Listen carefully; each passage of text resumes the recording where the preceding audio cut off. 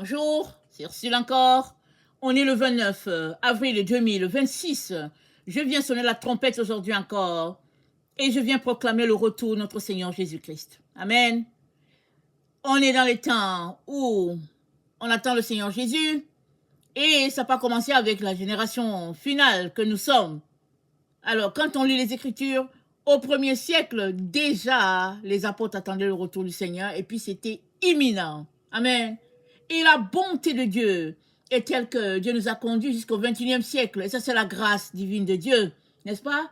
Afin que eux, ils n'obtiennent pas le salut sans nous.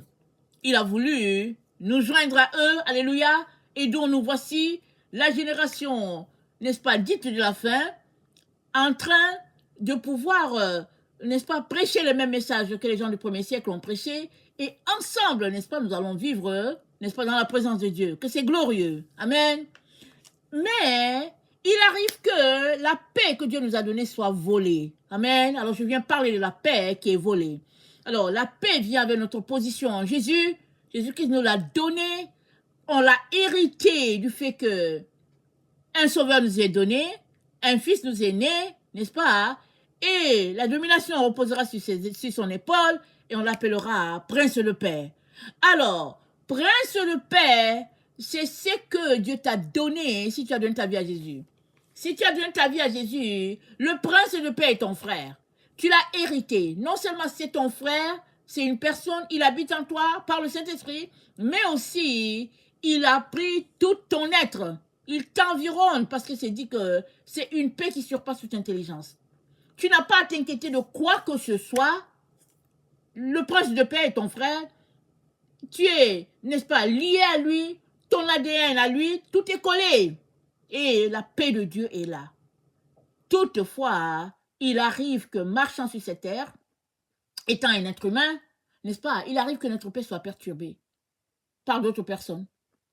Et l'apôtre Paul a traversé cette situation que nous trouvons dans 2 Corinthiens 12, au verset 20, c'est dit « Car je crains de ne pas vous trouver à mon arrivée tel que je voudrais, et d'être moi-même trouvé par vous tel que vous ne voudriez pas. Je crains de trouver des querelles, de la jalousie, des animosités, des cabales, des médisances, des calomnies, de l'orgueil, des troubles. Je crains qu'à mon arrivée, mon Dieu ne m'humilie à nouveau à votre sujet. » Donc voilà des situations qui peuvent perturber la paix de quelqu'un. C'est-à-dire, Jésus qui nous a donné la paix, tout est là pour que les choses marchent normalement. Et puis, coup de théâtre, il y a des troubles, il y a des querelles, il y a des chicanes, il y a des gens qui ne se parlent pas les uns les autres, et puis le désordre total. Et l'église de Corinthe, n'est-ce pas, représente un peu ce qu'on peut retrouver dans nos églises, les uns envers les autres, dans nos communautés. Et ça fait souvent que la division vient. Or, Jésus-Christ nous a unis afin que nous soyons un seul peuple, une seule âme, un seul baptême, un seul esprit. C'est ça qu'il a fait, alors qu'il a racheté l'humanité et qu'il nous a donné, n'est-ce pas, ce don-là, la paix, il nous l'a donné. Dans Éphésiens 4, n'est-ce pas? Éphésiens 4, au verset 3, c'est dit, vous efforçant de conserver l'unité de l'esprit par le lien de la paix. Amen.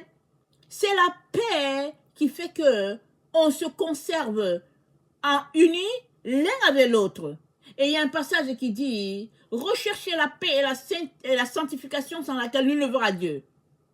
Alors, on est appelé à être en paix les uns avec les autres. C'est le lien qui nous tient en tant que frères et sœurs dans le Seigneur. Et puis la paix, vous savez, c'est aussi le lien dans les familles.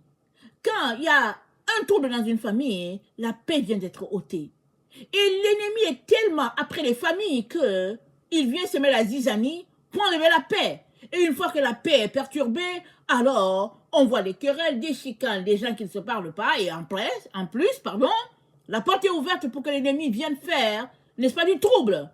C'est ça que l'enfant de Dieu doit saisir, n'est-ce pas, puissamment, et puis ne pas laisser aller. On doit toujours travailler dans le sens de la paix. C'est pour cela que chaque fois qu'il y a un problème, n'est-ce pas, dans une communauté, entre les frères et sœurs, alors on dit, la Bible dit, laisse ton offrande là, va te réconcilier avec ton frère, reviens donner ton offrande à Dieu. Pourquoi? Parce que lui, il va donner son offrande à Dieu, toi, tu vas donner ton offrande à Dieu, mais vous êtes en chicane, vous êtes en querelle, alors l'offrande de qui Dieu va-t-il accepter et puis de qui va-t-il rejeter? Vous êtes frères et sœurs en Christ, parce que Jésus-Christ nous a unis. Il est donc important qu'on fasse tout ce qu'on peut, n'est-ce pas, pour conserver le lien de la paix.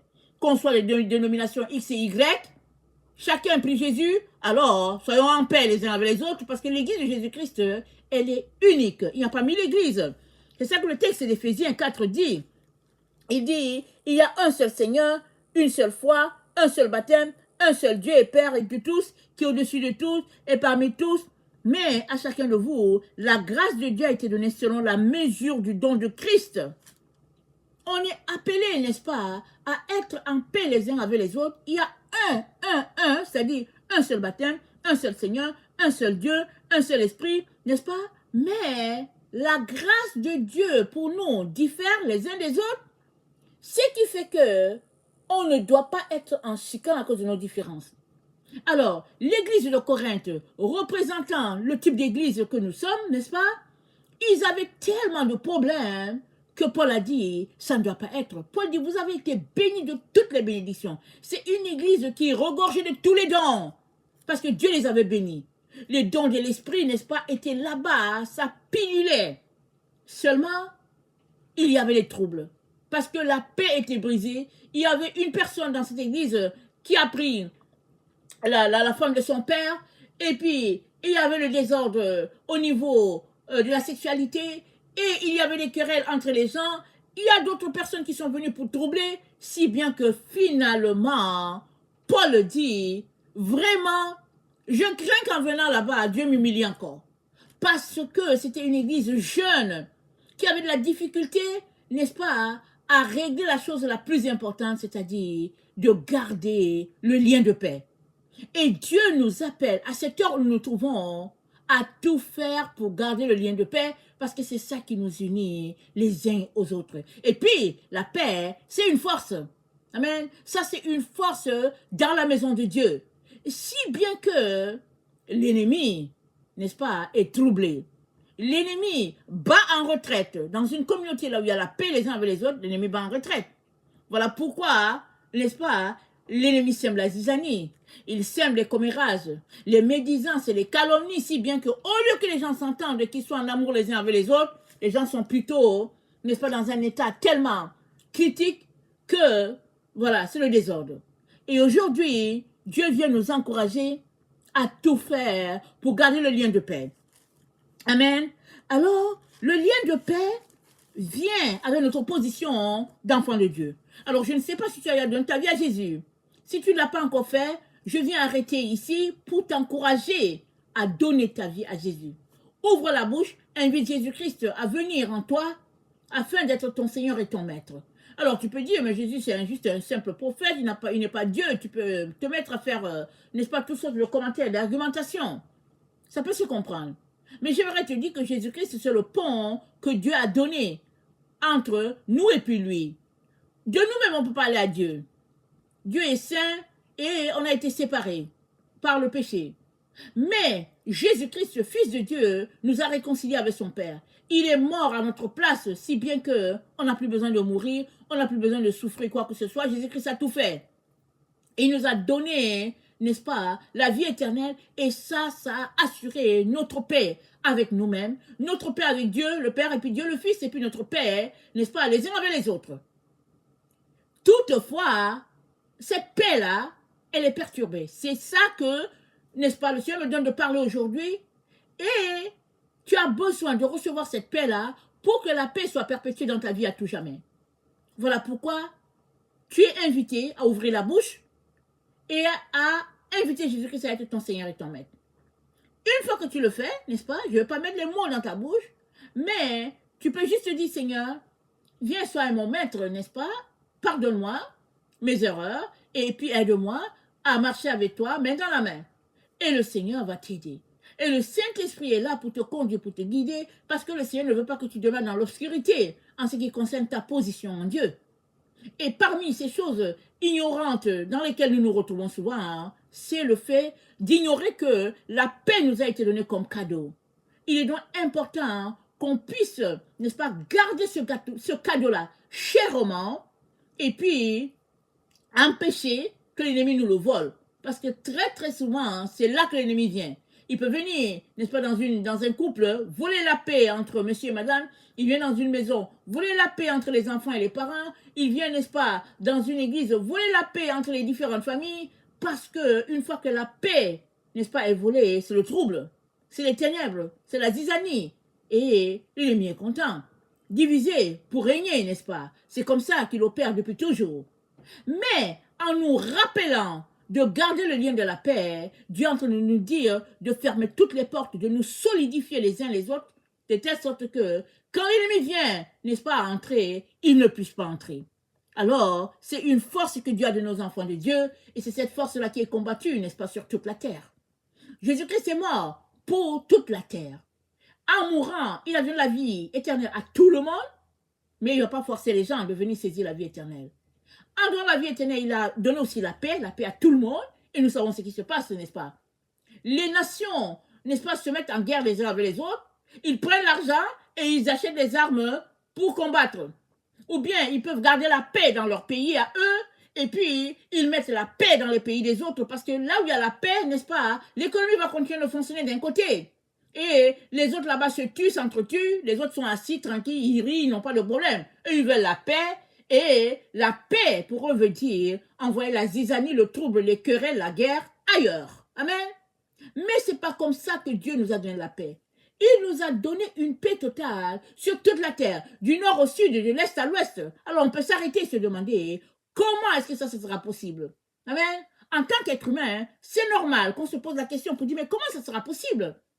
Parce que la paix est volée partout. Si dans certains pays de la terre, la paix est volée par la guerre. Dans d'autres pays, la paix est volée par des programmes terribles que les gouvernements, n'est-ce pas, mettent en place afin de troubler.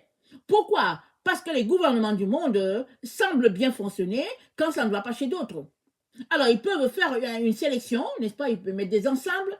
Ils sélectionnent un ensemble qui a le droit, exemple, de vivre dans la paix, le bonheur et tout, et ils vont sélectionner notre ensemble dans lequel il faudra envoyer la paix, le trouble. Ils vont sélectionner notre ensemble dans lequel il faut envoyer la maladie et tout. Ils vont sélectionner notre ensemble dans lequel il faut envoyer toutes sortes de situations. Tout ça, pourquoi? Parce que les têtes dirigeantes veulent garder la paix, alors ils envoient la zizanie ailleurs.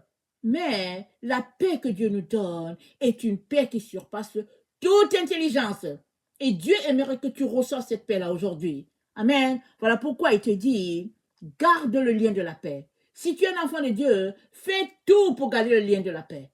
Et si la paix est rompue entre toi et puis ton frère en Christ ou bien ta sœur, sois un agent de réconciliation. Et puis si ça ne marche pas, cherche un témoin. Et puis avec le témoin, que le témoin soit un agent de réconciliation afin que la paix soit, amen, et que la paix règne dans la maison de Dieu. Non pas seulement par exemple au Québec, mais sur toute la terre. Ça c'est possible. C'est pourquoi les enfants de Dieu, quand ils se retrouvent en Chine, en Afrique, en Europe, partout où ils se trouvent, ils cherchent une église. Quand ils arrivent, ils se saluent par le lien de la paix, parce que Jésus-Christ a assuré la paix pour toute l'humanité. Amen. Alors, Jésus-Christ nous a appelés à être des agents de paix. Les agents de paix en ce sens que, maintenant que nous avons le Seigneur Jésus, nous sommes aussi là pour amener les autres dans la maison de Dieu, afin qu'ils goûtent à cette paix-là qui surpasse toute intelligence. Amen. Il est donc intéressant que tu puisses agir dans le sens de ton Dieu. Travailler, non pas de tes forces pour pouvoir opposer ton Dieu, mais travailler avec la grâce du Saint-Esprit pour pouvoir inviter les uns les autres à goûter à la paix de Dieu. Amen. Alors, dans 2 Corinthiens 12, au verset 20, n'est-ce pas, Paul, ayant entendu le trouble qu'il y avait, se met tout de suite à régler le problème, afin que la paix revienne au sein de la communauté que lui-même il a montée. Et il dit quoi? Il dit, qu'est-ce que j'entends? J'entends au milieu de vous des querelles, des jalousies, des animosités, des cabales. J'entends tout ça. Il dit, ça n'a pas besoin d'être au milieu de vous. Parce que vous avez été réconciliés à Dieu le Père par, n'est-ce pas, le lien de l'amour que Jésus-Christ nous a donné tous. Et le lien de l'amour est plus fort que les disputes. Il est plus fort que les querelles. Il est plus fort, n'est-ce pas, que toute animosité. Alors Paul est venu pour les encourager à dire, marchez dans la paix et laissez les autres choses qui vous distraient, qui vous empêchent, n'est-ce pas, d'entrer pleinement dans ce que Dieu a pour vous. Et puis, dans Éphésiens 6, au verset 21, voilà ce qui est dit. Afin que vous aussi, vous sachiez ce qui me concerne, ce que je fais, Tichite, le bien-aimé frère et fidèle ministre dans le Seigneur, vous informera de tout. Je l'envoie esprit vers vous pour que vous connaissiez notre situation et pour qu'il console vos cœurs. Que la paix et la charité avec la foi soient données aux frères de la part de Dieu le Père et du Seigneur Jésus-Christ. Que la grâce soit avec vous tous, ceux qui aiment notre Seigneur Jésus-Christ d'un amour inaltérable. Amen. Alors, Paul leur écrit, alors il dit que la paix et la charité avec la foi soient données aux frères de la part de Dieu. Il envoie Tichite pour aller visiter, n'est-ce pas les frères?